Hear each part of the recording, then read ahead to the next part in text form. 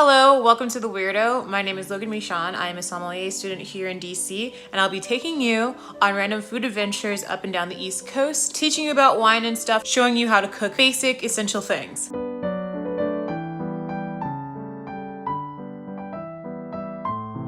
I'm gonna be doing a bougie on a budget kind of situation. My friend's birthday is tomorrow. Well, by the time this video is up, it'll already have happened, and I'll show you like clips from that. But we are renting a boat and sailing it up and down Lake Anna. She has no idea. We're thoroughly excited because none of us have told her what's going on. I'll be in charge of the food, of course, and I'm gonna be doing these little Gourmet Graze boxes. I'll show you how to organize them. Graze boxes are just like individualized charcuterie boards. They're really simple, they look amazing, and they don't take that much effort or not that much money either. I basically just told my friends to Venmo me 15 bucks, and I'm gonna be creating the boxes around $15 each. I'm also gonna be grabbing some subs from Jersey Mike's because I am a Shore member or Shore Points member or whatever. And so I have enough points to get me a free giant sub, and then I'm gonna get a giant sub to add to that. I'll wrap them up and make them look really pretty and then just add them to the food. So let's just talk about charcuterie boards in general. So what is a charcuterie board? A charcuterie board is the arrangement on a platter of cured meat, while a cheese board will only have cheese on it. And then charcuterie boards sometimes will not have cheese on it, though I prefer when there's cheese and meat on the board. But let's be real, a charcuterie board is just adult version of Lunchables. That's what it is. And then you'll have like, sometimes it's crackers, sometimes it's whatever. You need four things. You need four things on a charcuterie board to make it a balanced board. You need the meat/cheese, and I put them in the same category because they're just like the base. You need some kind of fruit element. You can have that dried, but I do prefer fresh fruit on there because I don't like dried fruit at all. You need some kind of like nut or accoutrement, basically. So your cheese board / charcuterie board accessories. So that includes your nuts, honeys, dips, sauces, cotijones, random other stuff you want on the board that's not meat / cheese. And then you need some kind of bread element. I prefer baguettes. I'm not using baguettes this time because baguettes tend to die. Dying is like an industry term for when food is still, it hasn't expired, but it is no longer available for service due to lack of quality or depreciation of quality. So like fries die in like 5 minutes, if that. Fries generally die in the window around like 2 to 3 minutes. So at which point we throw them away and make new ones. Baguettes, the same thing. Once you cut a baguette, it dies in 12 hours. So I'm making the Graze boxes right now. We're not going to be sailing until tomorrow. They're not gonna make it. So crackers would be a better bet for me for this, but if I was doing something in my house, which I've done before, I would be using fresh baguettes. I'd be slicing them and then toasting them underneath a broiler. So that's what I've gotten. Just so you know what I have for my Graze boxes right now, I have for my meat / cheeses, I just got some Italian salamis. I think I have supersada, Genoa, and calabrese. I think it's like a peppered calabrese. For my fruit elements, I got figs, strawberries, and grapes. And then for my cheeses, I have blue cheese and manchego. I almost always get blue cheese. It is my favorite cheese, or it's my favorite style of cheese, not my actual favorite cheese. And I think that every single cheese board should have a blue cheese on it. If you don't like blue cheese, you're wrong. You're just wrong. And I got manchego because manchego is one of those cheeses that tastes very, very good, but it's easy when it comes to like travel. I was gonna get brie, but honestly, it's gonna be 90 degrees. Brie's not gonna make it through 90-degree weather. It just isn't. Even if it's in, like, I'm gonna put it in a cooler, obviously, because we're gonna be driving a while to get to Lake Anna, but brie wouldn't make it. And I also want something that's, since I already have the blue cheese, and the blue cheese is gonna be a softer cheese, I want something to contrast that, so I got a semi-firm cheese to give like a nice variety of things. And then I do have honey. Honey is my only sauce on this board. You generally only get one sauce. I did do a little hack I'll show you about the honey because honey can tend to be expensive. And then I have caramelized pecans as my, as the nuts on the Graze board. I'm not gonna put them in the Graze box until I pack them in the cooler tomorrow because I don't wanna put them in the refrigerator overnight. I'm just gonna throw them in later on. But they'll be the last thing I throw in there. I'm gonna throw the crackers and the pecans in there in the morning, right before we get on the road. And let me just, I got these little boxes. I'll show you actually. Give me a second. I'll set you up and show you exactly what's gonna happen because I'm doing it right now. Okay, so number one thing that's gonna save me a lot of money on making sure we all have lunch is this. This is Jersey Mike's. I'm one of their, I do have like their shore points, whatever, and I had enough points to get both a regular and a giant sub for free. And so I'm just gonna take each one of those, I'm gonna take like 6 individual subs, I'm gonna wrap them up in parchment paper and tape them and then put them in my fridge and then throw them into the cooler. These are the boxes I'm using. I have a million of these, guys. I got them from Uline because I do random catering stuff, and these are recyclable to-go lunch boxes I'm gonna make the Graze boxes into. So I can just like pack these up, put them in the fridge, leave them overnight, and then put them into the cooler in the morning before we drive out. So I'm just gonna go ahead and repack all the Jersey Mike subs into parchment paper right now. All the subs are wrapped, so I'm gonna throw them into the refrigerator. Even if I wasn't doing this, I tend to buy my subs a day in advance and let them sit in the refrigerator overnight because they just taste better. Something about like all the sauces or the dressings or whatever, just sitting on the meat makes it taste like 1,000 times better the next day. So I generally don't eat my sub until the next day anyway.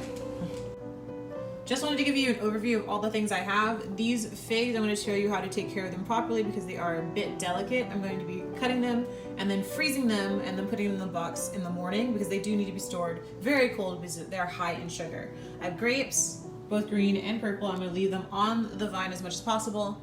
Strawberries, once again, with the crackers and the pecans, I will be adding them to the box in the morning. I do have honeycomb. Now, honeycomb is expensive, so I also grabbed honey, just to add a little extra honey to the Graze boxes. I have blue Stilton, Manchego, Croix de Jones, and of course, the salami. And then I also have these like muffin baking cups. I'm using them to keep certain things separate from each other, like the honey and the Croix de Jones, because I don't want everything to kind of like meld together in the bottom of these boxes. I do want to keep some things kind of separate and keep everything, you know, as fresh as possible.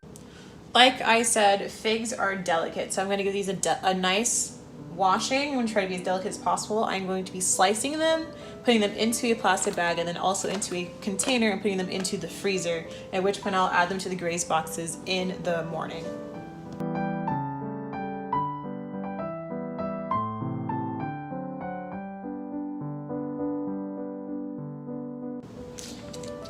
So these are all done.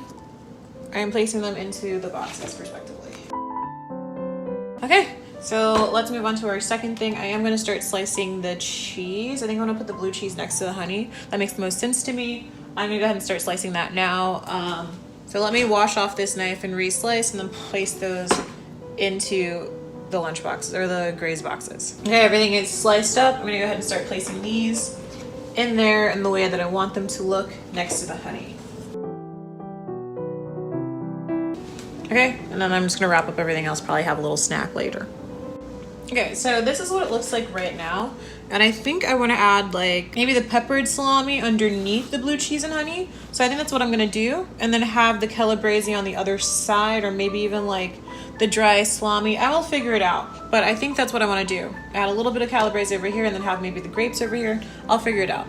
But that's what I'm gonna do now. I'm gonna organize the meat in here. All right, it's time for the manchego. I like to slice the manchego the same way everyone slices the manchego, so I'll show you exactly how that's done. Because they get, almost every single time I've seen manchego on a board, it's always arranged this way.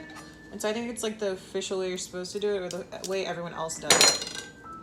Give me a second to get through the plastic wrap, because I want to open it without damaging the shape of the cheese, which is tricky. No, don't do what I'm doing. Always face the knife away from you. I'm just like facing the knife toward me as if I won't cut myself. Okay, what we do, I like to slice it.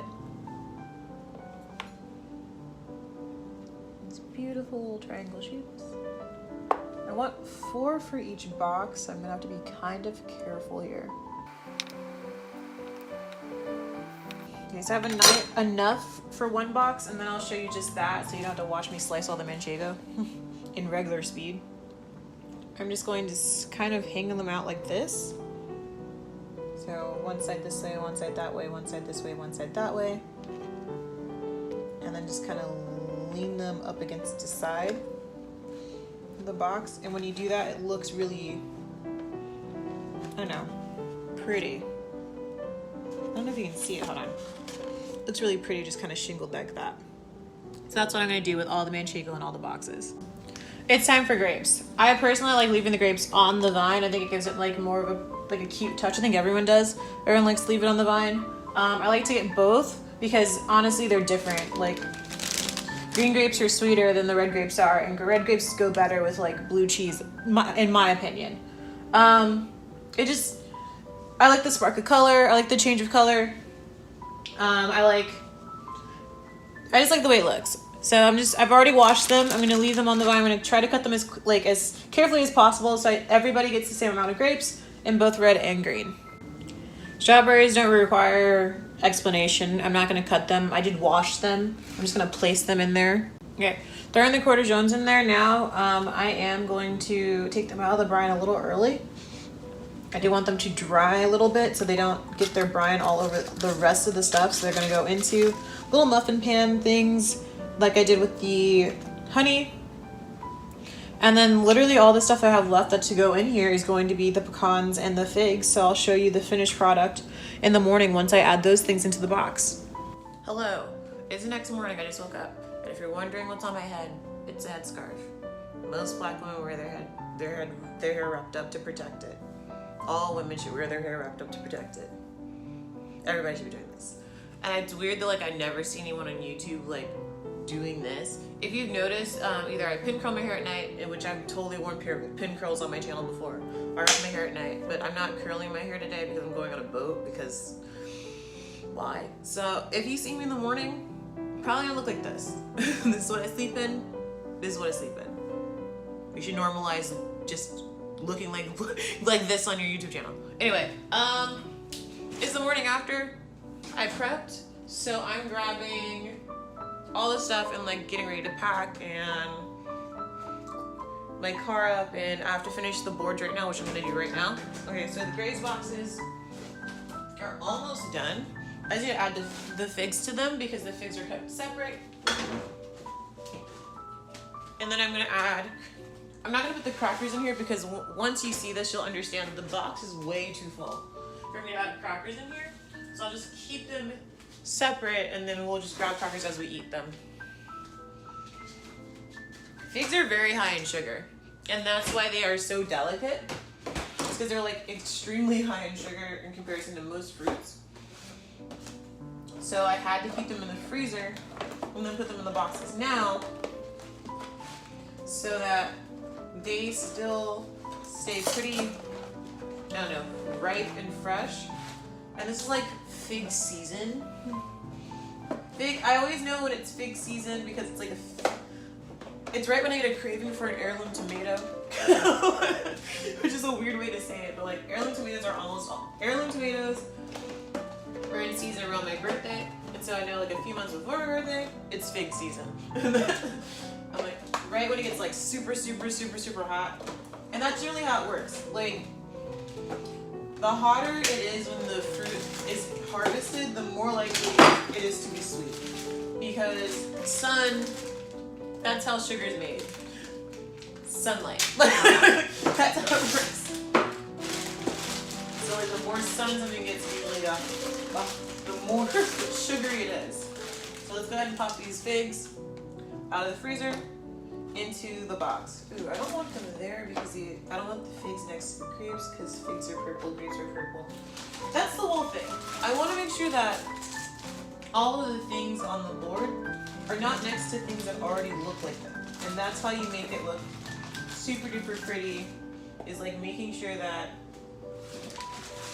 the items have like a lot of color diversity, what am I thinking of? Diversity. And not all of them next to each other. They froze together. No.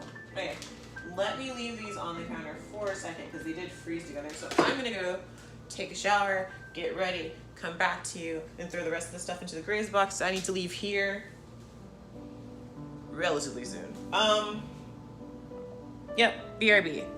Alright, so I wanted to show you the finished product. This is what the Graze boxes look like. Now, all the way filled up, I put the pecans over the blue cheese. I added the figs to each box, so they all look really runneth over. And I have everything set up so that you know exactly how to eat from the Graze box. The crackers are gonna be going in the cooler separately, or just like in the back seat. And then we should have a lovely lunch on this boat. Okay. Okay, I just want to give a toast to the birthday girl here.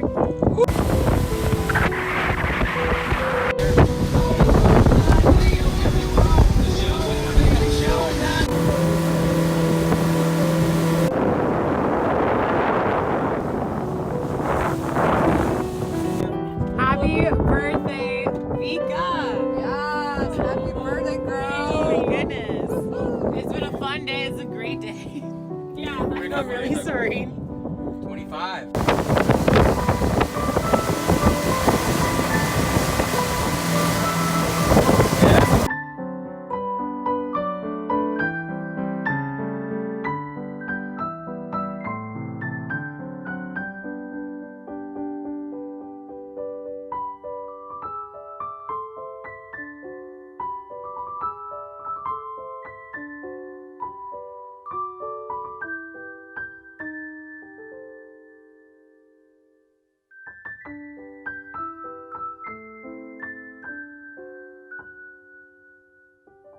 Guess who forgot to film an outro? Me. I always forget. If you like this video, please like it. If you super liked it, please share it. If you want to see any more content, there's plenty of it on my page. I do post some Thursdays, and if not, probably Friday. Next week, we're going on an adventure, so I'm going to show you what me and my friends do when we go out. Thank you so much for watching, and I'll see you next week.